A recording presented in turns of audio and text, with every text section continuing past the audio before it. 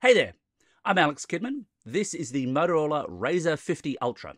Let's get into the review.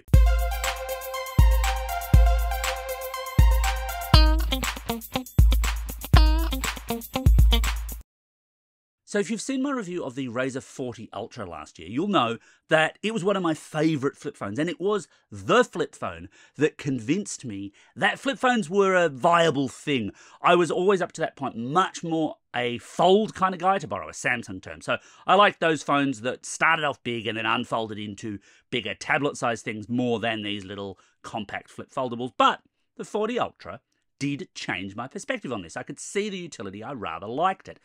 Not that it was flawless, though.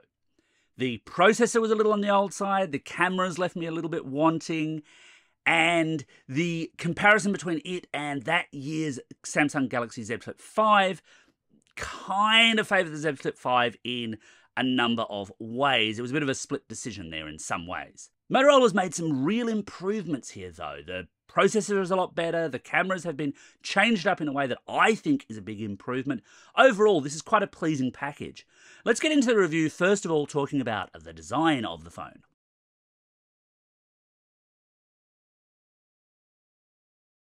Like the Razr 40 before it, the Razr 50 Ultra is a flip phone built around a larger internal display. Specifically, it's a 6.9-inch 165Hz capable flexible display. Of course, it's a flip phone, unchanged in size from last year's model. What does feel a little bit changed, and maybe this is perceptual more than actual, is the crease. Year on year, it feels to me as though these phones are getting the crease down and down and down so that it feels less of a bump when you go over it. It's still there, it's still noticeable, but it just feels like it's flatter. It's a bit better this year, a bit nicer, a bit less intrusive. But again, that might just be perception rather than reality. The internal screen hasn't seen massive changes, but where the big changes have happened are on the external display, which has been bumped up to a 4-inch display, which takes up nearly all of the external screen size. There's not a whole lot of bezels in play here, although you do get the camera lenses in the way of that screen. It's actually handled fairly intelligently by a lot of apps, but I'll get into that a little bit later. Comparatively speaking, Samsung's current Galaxy Z Flip 6 only has a 3.4-inch external display, and at a lower resolution. It's a lot less compelling, really. The visual design of the Razr 50 Ultra leans pretty much into your classic Razr style. So we're still talking rounded corners where Samsung, for example, has gone for a much more straight edge style. That's very much a taste choice, I feel. Here in Australia, we're getting a choice of 3 colours. So you get midnight blue, peach fuzz, or spring green, which is what I got sent for a review. There is a 4th colour, hot pink, but that's not being released here for reasons of Motorola Australia's own choosing, I guess. The colour choices are fine, but the back of the phone is covered in vegan leather. And if you've watched many of my reviews of phones with vegan leather backs, you'll know I'm not a fan. There's something about it at a sensory level that really makes my skin crawl. Now, I 100% accept this is a personal thing. Some people will love the feel of vegan leather and the fact that it's vegan leather, which is, essentially speaking, plastic, although I guess the plastic's made from oil, which was made from dinosaurs, so is it really vegan? Oh, look, let's not get into that right now. I'm not a big fan. If this was my daily driver, I'd be throwing a full-body case over it to remove that sensory impact on me, and I accept that's totally personal. You do get a case in the box, but it's totally just a bumper-style one for the edges of the phone, and I'm never going to tell people not to put cases on their phones. Protect your investment in phones, people. It's the smart thing to do. One of the bigger questions that always get raised with foldable phones is durability. And here, Motorola's made a change that I'm not 100% a fan of. So the Razr 40 Ultra was IP52 rated, which meant that it had reasonable dust protection, relatively low-level water protection. I really should make a video about how IP ratings work one of these days, but this is not that video. The Razr 50 Ultra is rated as IPX8, which means it is matching what Samsung's doing, and it does mean, in theory, this phone can be immersed in water and have a reasonable chance of surviving. I will remind you that IP-rated water tests are done in pure lab water, which is not conductive and very, very clean. Obviously, your sink water, your toilet water, the pool, those are not clean water sources. You're still taking a risk if you immerse these phones, but it's got a higher level of water protection. That's an improvement in theory, but I think losing the dust protection in favour of it, yeah, that's maybe not so much of an improvement. I think I prefer a balanced approach on that, where you're protected from both sides of the equation rather than just one. Obviously, the ideal would be to get towards the IP68 or 69 ratings that you see with some non-folding flagship phones, and I accept that the nature of the folding mechanism makes that a lot tougher to engineer. But I feel like dropping dust protection is more of a downgrade than the raise in water protection has been. I suppose it also depends on the environment you're going to be taking the Razr 50 Ultra into.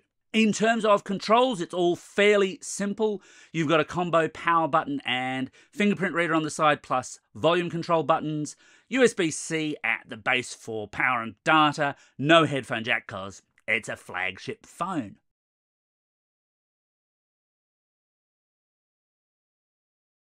On the camera front, the Razr 50 Ultra has the same visual design for its cameras as the 40 Ultra did. So you've got twin lenses on what is technically the back, but it becomes the front when it's folded down, plus a selfie camera on the inside. However, they've made some significant technical changes, both upping the megapixel count, and smartphone photography is not just a megapixel counting game, people. But they have upped the megapixel count, so you now have dual 50 megapixel lenses at the front and a 32 megapixel selfie on the middle. But instead of being wide and ultra wide lenses, you've now got a 50 megapixel wide and a 50 megapixel 2x optical zoom lens, a telephoto lens in other words. This essentially poses the question to you: which is more important and valuable to you? Wider panorama shots, your classic landscape shot basically, or telephoto zoom?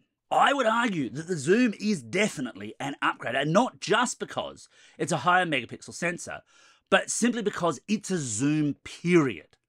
If you want that ultra-wide experience, you can always somewhat fake it with a panoramic shot, but digitally cropping down just a wide lens is always going to be a lossy game. It's always something where you end up really quickly hitting a hard limit. Having an optical zoom lens means you can get closer at concerts, you can get more interesting shots of people or pets or babies or whatever it is you'd like taking photos of.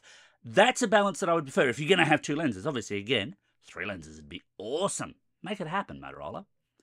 But of course, that raises the question as to how well that telephoto lens works. And the answer is reasonably well. So here's an example. I'm not pretending this is a super artistic shot. This is just an example of an unadjusted shot. So here's a shot of Sydney's Centrepoint Tower. On the wide lens, no zoom in play. All good.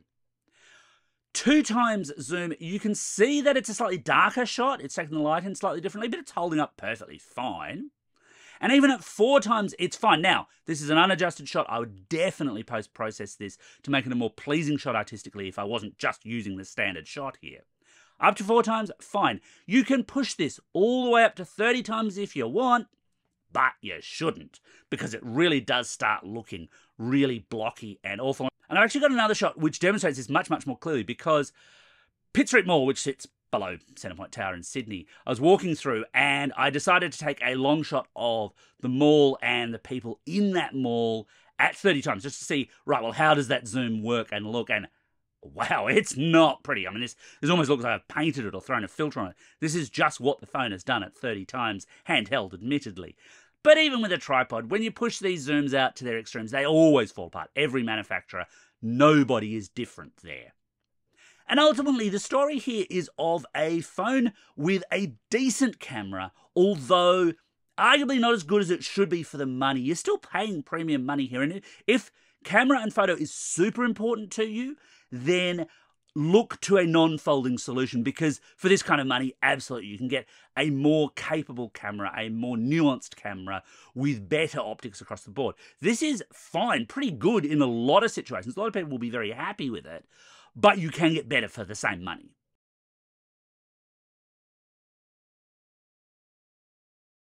One factor that definitely held the Razr 40 Ultra back last year was Motorola's decision to drop its price by putting in a much older Qualcomm flagship processor in it, relative to what Samsung threw into the Galaxy Z Flip 5. Motorola's definitely made upgrades in this department for the Razr 50 Ultra, although not quite to the cutting edge of processors right now. So the Razr 50 Ultra features a Snapdragon 8S Gen 3, paired up with 12GB of RAM and 512GB of internal storage for the Australian model as tested. A full flagship model, in theory, would ideally be packing in a full Snapdragon 8 Gen 3 instead. There is also, I should point out, a Razr 50, the standard Razr in some markets. That's not yet launched in Australia, so I haven't tested that. I don't have details on that. But I have tested and benchmarked this. And look, it definitely outperforms the Razr 40 Ultra, but it underperforms relative to phones like the Galaxy Z Flip 6, which I'm in the middle of testing at the moment. That is definitely still a faster phone in a straight line benchmark test for CPU or for GPU performance, for example. So, bit of a dud then? No. I think the key thing to remember here is, look, you should go for the best that you can get at the price point that you're paying, because that kind of performance is going to matter years from now as well. But the Razr 50 Ultra still has what is effectively a supercar engine. Maybe not the best supercar engine, but more than enough for every app I've thrown. I mean, this thing has not missed a beat in my day-to-day testing of it across a multitude of apps and multitasking.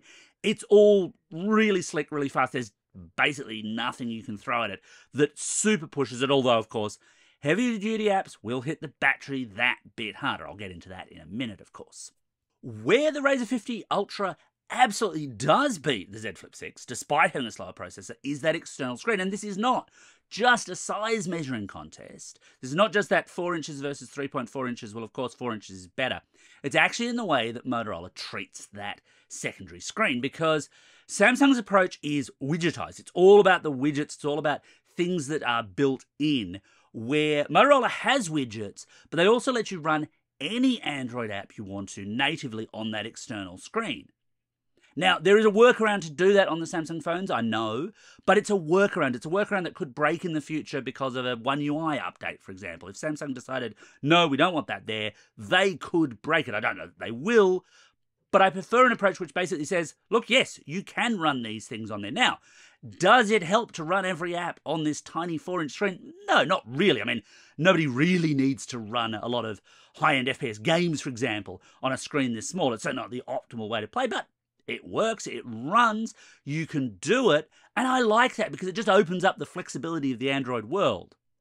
I guess the flip side of that, maybe the downside, is if you wanted a flip phone because you wanted to get away from all those distractions, because you wanted a phone where only the notifications and widgets were going to be happening, then that might not happen. But you do have to approve apps. They don't just automatically turn up in an app drawer and you just go, right, I'll launch that. You actually have to add them to the external screen. So I guess the solution there is, don't add them to the external screen if you don't want to, I don't know, doom scroll your social media, for example, on that screen. Problem solved, right? Motorola's made some noise about the implementation of Google's Gemini AI on the Razr 50 Ultra, and, well, yeah, look, it's present, it works the same way that Gemini does on other phones, and I think that's the point where I don't get so excited about it, because Gemini is going to be on all Android phones. Yes, it's coming to the flagships first. So far, I've not really seen anything that's got me super excited to say, you must buy a phone with Gemini on it right now. It's just there. If you like it, ignore it if you don't. What about OS upgrades? Because Motorola's track record here, it's not great. And I wish I could say that with the Razr 50 Ultra, it's catching up to, or at least matching, Samsung in the upgrade stakes, but it isn't. It just plain isn't. The Razr 50 Ultra comes with 3 years of OS upgrades and 4 years of security updates, which isn't nothing. Reasonable-ish. But when the competition's doing 7 years, yeah, it's not really good enough. I think this is an area where Motorola needs to step up for its flagships if it's going to continue selling them at flagship prices. I can kind of accept it a little bit more on the lower cost phones. Here, I would have liked to see a bigger bump in terms of how many future OS upgrades and security updates it's going to get.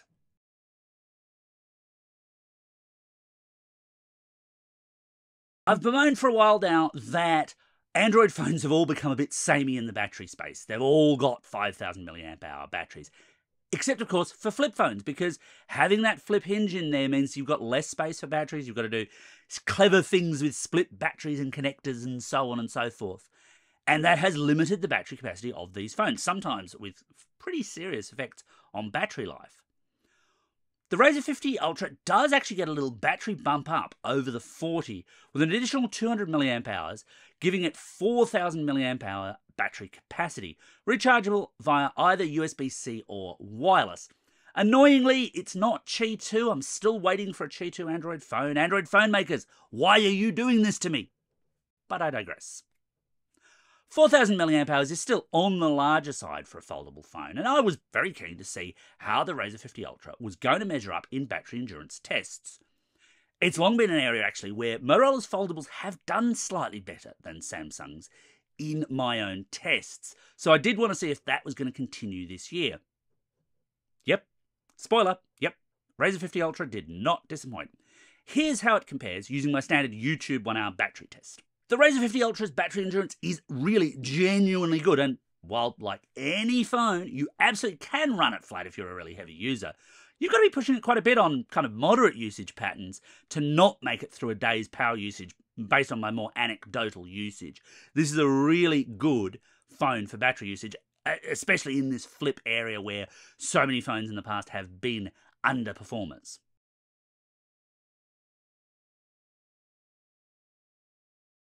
So should you buy the Razr 50 Ultra? Well, look, the 40 Ultra was my favourite flip foldable last year, so the 50 Ultra had big shoes to fill, and mostly it does. I am generally a harsh critic, and I wear that badge with some pride. I don't figure that any tech company deserves your money. They've got to earn it. And I think, by and large, if you're after a flip phone, and you can bear the cost of a flip phone, because these are still expensive propositions, then this is currently the market leader. Now, I am obviously in the middle of reviewing the Z Flip 6, and I will have to look over that when I do my Z Flip 6 review, and time permitting, I'll try and do a head-to-head video of those two as well. But right now, if you want a flip foldable phone, this is absolutely the one to buy. And that's my take on the Motorola Razr 50 Ultra, aka the Razr Plus. What do you think? Got any questions? Hit me up in the comments below. Thanks for watching all the way through to the end, and as always, don't forget to hit like, don't forget to hit subscribe, and don't forget to go for a walk today. It's good for you.